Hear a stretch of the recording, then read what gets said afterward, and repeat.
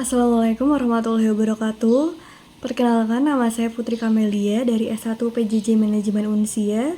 Di sini saya akan menjelaskan hasil olah data mengenai studi regresi linear berganda untuk prediksi biaya asuransi individu. Analisis data kesehatan dan financial risk dengan metodologi CRIPS-DM. Jadi, ringkasan dan framework CRIPS-DM-nya itu, proyek ini menerapkan metodologi terstruktur CRIPS-DM untuk memprediksi besaran biaya medis atau personal charges dari dataset kesehatan menggunakan algoritma regresi linear berganda. Yang pertama itu ada business understanding-nya, jadi memahami kebutuhan industri asuransi dalam penentuan tarif premi adil berbasis resiko, demografi, dan lifestyle. Kemudian yang kedua ada data understanding-nya, jadi menganalisis 1338 sampel data insurance.csv dan mengeksplorasi korelasi serta identifikasi masalah kualitas data. Kemudian yang ketiga itu ada data preparation, melakukan encoding variabel biner dan wilayah, transformasi logaritma pada target, dan scaling fitur numerik. Dan yang keempat ada modeling, melatih model multiple linear regression atau OLS pada pembagian data latih, uji sebesar 80% berbanding 20%. Dan yang kelima ada evaluation, evaluasi model mencapai R-square itu 0,6067 dan MAE-nya $3.888,44, memenuhi kriteria sukses teknis proyek. Kemudian fase pertama, latar belakang dan urgensi bisnis. Jadi tantangan penetapan resiko asuransi ini, biaya medis personal atau medical charges ini dipengaruhi oleh kombinasi faktor demografi seperti usia, gender, dan pilihan gaya hidup, BMI, status merokok, dan tanggungan anak.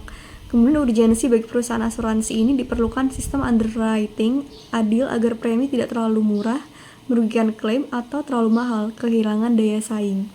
Dan urgensi bagi nasabahnya itu memberikan transparansi edukatif seberapa besar dampak keputusan gaya hidup terhadap beban finansial masa depan.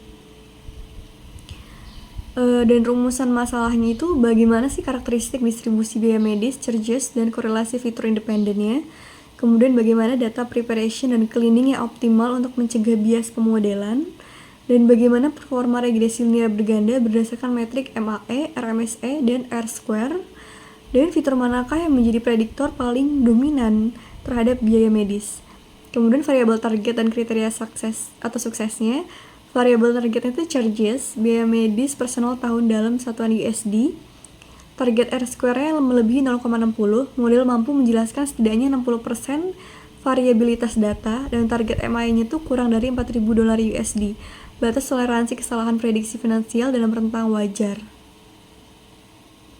Kemudian fase 2, profil dan deskripsi variabel dataset. Jadi dataset ini medical cost personal dataset dari Kaggle, ukurannya 1338 baris dan 7 kolom, lisensinya ODBL atau public domain. Nama kolomnya pertama ada age, tipe datanya numerik, integer, fiturnya independen, dan usia penerima manfaat asuransi range-nya itu 18 sampai 64 tahun. Kemudian ada kategori string, sex, fitur independen, jenis kelaminnya female or male, BMI-nya numerik, tipe datanya fitur independen, body mass index atau indeks massa tubuh kilogram per meter persegi. Children, tipe data numerik juga integer, jumlah anak atau tanggungan keluarga 0 sampai 5 anak. Smoker, kategorikalnya itu string. Status kebiasaan merokok aktif yes or no. Regionnya itu kategorikal string juga. Wilayah tinggal Amerika Serikat ada Northeast, Northwest, Southeast, dan Southwest. Chargesnya itu numeric float, variabel targetnya besaran tagihan medis tahunan dalam satuan USD dolar.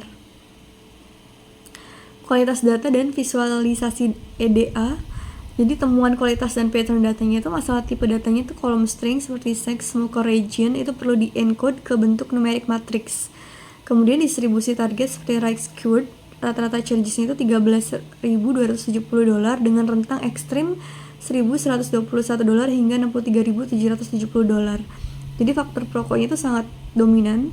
Perokok rata-rata itu $32.050, bukan perokoknya rata-ratanya $8.434. Korelasi fitur numeriknya age 0,299, BMI 0,198, dan children 0,068. Kemudian pipeline data preparation. Jadi Yang pertama itu validasi dan juga duplikat, pengecekan konsistensi baris data seperti hasil konfirmasinya 0 missing values dan 0 baris duplikat pada 1338 sampel asli. Kemudian yang kedua, categorical encoding, jadi label encodingnya 0 or 1 untuk seks dan juga smoker, dan one hot encodingnya itu region, jadi 4 kolom dummy biner. Dan yang ketiga adalah log transformation, menerapkan np-log 1p charges pada target untuk mereduksi dampak outlier ekstrim dan membentuk distribusi mendekati normal. Kemudian yang keempat, feature scaling, menerapkan standar scalar pada age dan BMI agar variabel berukuran besar tidak mendominasi variabel children. Hasil akhir dataset bersihnya itu 1338 baris, 10 kolom matriks siap pemodelan ML. Kemudian modeling dan regresi OLS-nya.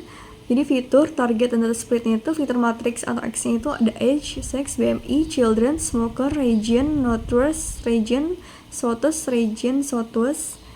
Target variable Y-nya itu charges log, transformasi log natural, dengan proporsi split itu 80%, data latih train, dan 20% data uji tes random stats sama dengan 42. Kemudian algoritma dan parameter regresinya itu multiple linear regression OLS, ordinary least square. Library Python-nya sklearn.linear, model linear regression, dan parameter default itu fit, intercept, dan njobs. Kemudian formulasi matematika persamaan regresinya, jadi model persamaan regresi linear algoritmanya itu untuk mengestimasi besaran biaya medisnya itu seperti ini yang ada di slide. Fitur paling dominannya itu status smoker atau perokok memiliki koefisien terbesar positif, mengonfirmasi bahwa merokok secara ekstrim meningkatkan eksponensial biaya medis. Kemudian usia dan BMI-nya itu peningkatan usia dan BMI secara konsisten menaikkan beban klaim akibat peningkatan resiko penurunan fungsi kesehatan organ tubuh. Dan fase kelima, evaluasi performa model regresi. Jadi model menjelaskan 60,67% variabel biaya asuransi kesehatan, jadi lulus target melebihi 0,60. Kemudian rata-rata kesalahan mutlak prediksi bernilai 3.888 US dollar dari data real, lulus target juga masih kurang dari 4.000 dolar. Dan RMSE-nya atau root mean SQ error-nya itu mengukur deviasi akar kuadrat rata-rata kesalahan prediksi model, sensitive outlier ekstrim. Interpretasi hasil dan pencapaian targetnya itu model berhasil memenuhi standar kriteria sukses teknis minimal yang diterapkan pada bab 1, nilai R-square sebesar 60,67% dan MAA-nya 3.888 dolar, mengindikasikan model siap digunakan sebagai alat estimasi awal atau screening tool. Namun deviasi rata-ratanya itu mengisyaratkan belum disarankan untuk penetapan premi otomatis tanpa pengawasan underwriting manual. Dan fase 6, deployment dan prediksi data baru. Jadi uji coba sistem prediksi data sampel individu baru, profil nasabah hipotesisnya itu seperti ini. Fitur inputnya ada age, sex, BMI, children, smoker, dan region. Kemudian prediksi biaya asuransinya itu hasil eksponensial dari log prediksi itu 8.585.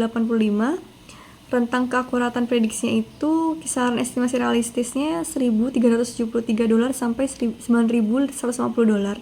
Jadi biaya medis real nasabah ini diperkirakan berada dalam rentang toleransi tersebut berdasarkan standar deviasi kesalahan model.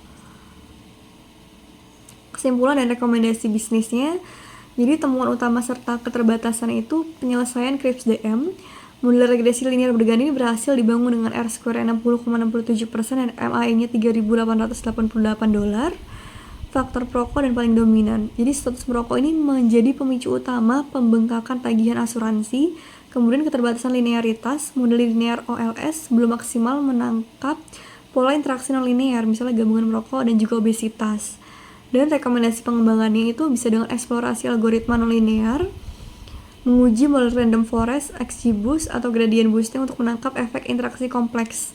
Dan kemudian juga bisa dengan featuring engineering advance, membuat variabel gabungan baru seperti kategori RIX BMI, X usia, X perokok.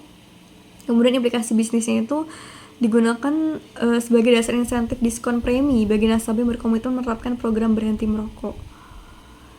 Dan ini prom yang digunakan untuk prom eksplorasi data dan pembersihan data, understanding dan preparation itu saya menggunakan prom ini. Kemudian ini juga output dari AI yang dihasilkannya. Dan untuk prompt 2, pemodelan regresi dan evaluasi metrik, modeling dan evaluationnya menggunakan prompt ini. Dan ini hasil dari AI yang digunakan, output yang dihasilkannya seperti ini. Kemudian yang 3, prompt 3 ini deployment prediksi data baru atau deployment dan simulation, saya menggunakan prompt ini. Dan hasil output yang dihasilkan dari AI-nya itu seperti ini. Sekian presentasi dari saya, kurang lebihnya mohon maaf. Wassalamualaikum warahmatullahi wabarakatuh. Terima kasih.